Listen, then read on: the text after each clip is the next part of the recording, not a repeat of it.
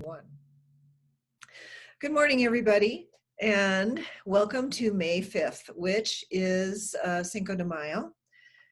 But we're not going to do a lot about that today because it's actually an important Mexican celebration, and it's been very commercialized here in the US.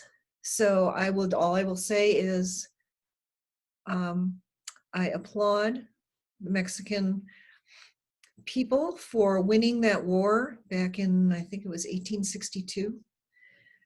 I may have the date wrong, but good for them. What we are going to talk about today, after we hit the gong and take a breath. So let's hit the gong and take a breath. Okay.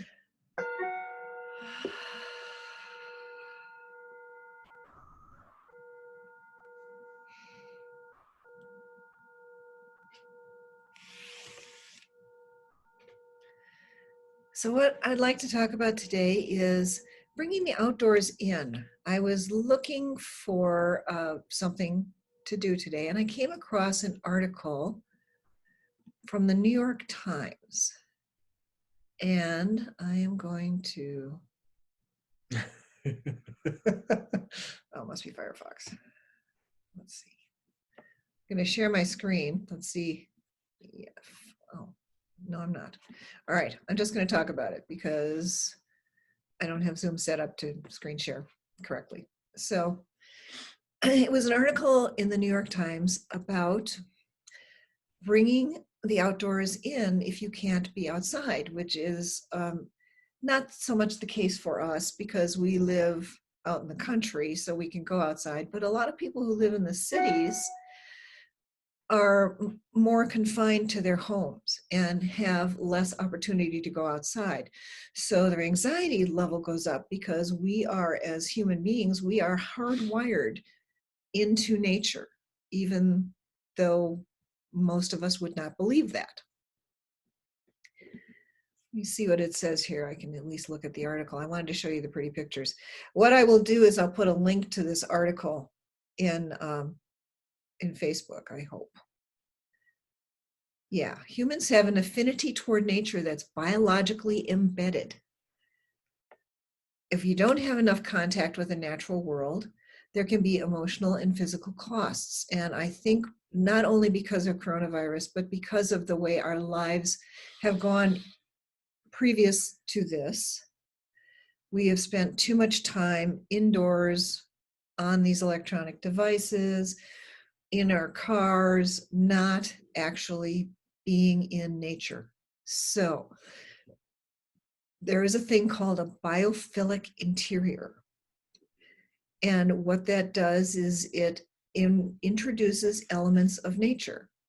So one of the things they suggest is a grouping of plants. And they were actually I love the New York Times. They said, don't just put a single orchid in the corner. Try a grouping of plants. And we have actually done that in our house without realizing we were doing something biophilic. We just had a bunch of plants and we put them all in the corner together. And it makes a nice little jungle. It's like, it's like bringing the jungle in. Yeah. And the cats love it too. They hang out underneath the houseplants.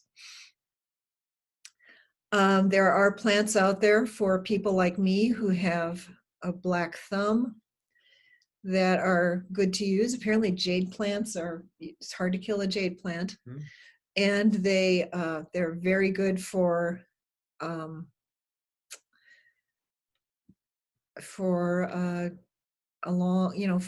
like this one company has got like a 60-foot planter, maybe this wide, but 60 feet long and about this tall.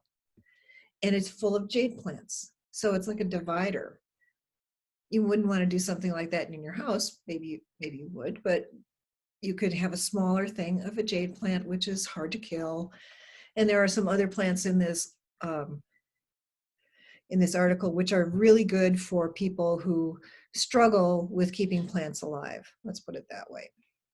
But what they are saying is that biophilic interiors, so interiors that evoke the colors of nature, have plants, even dried plants can work.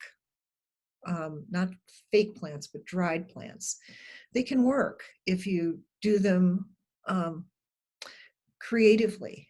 But what they do is they help people recover from stress, and they reduce anxiety more quickly than interiors without natural elements. And there has been a notable reduction in blood pressure documented living in a biophilic interior.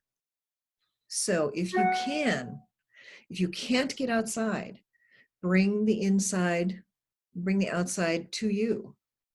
One of the suggestions they made was even to just use a mirror. If you have a window with a tree outside, place a mirror so that the tree shines onto the mirror, and then now you have a tree inside your house. Yeah, I thought that was really clever. Really clever. It's a really good article. And one of the things that we need to be concerned about is making sure that our stress level and anxiety level stays low, because that helps our immune system. And we want to keep our immune system nice and bright and shiny and healthy. So the question for today is, what elements of nature can you bring indoors? Did you write that down? Mm-hmm. What elements of nature can you bring indoors?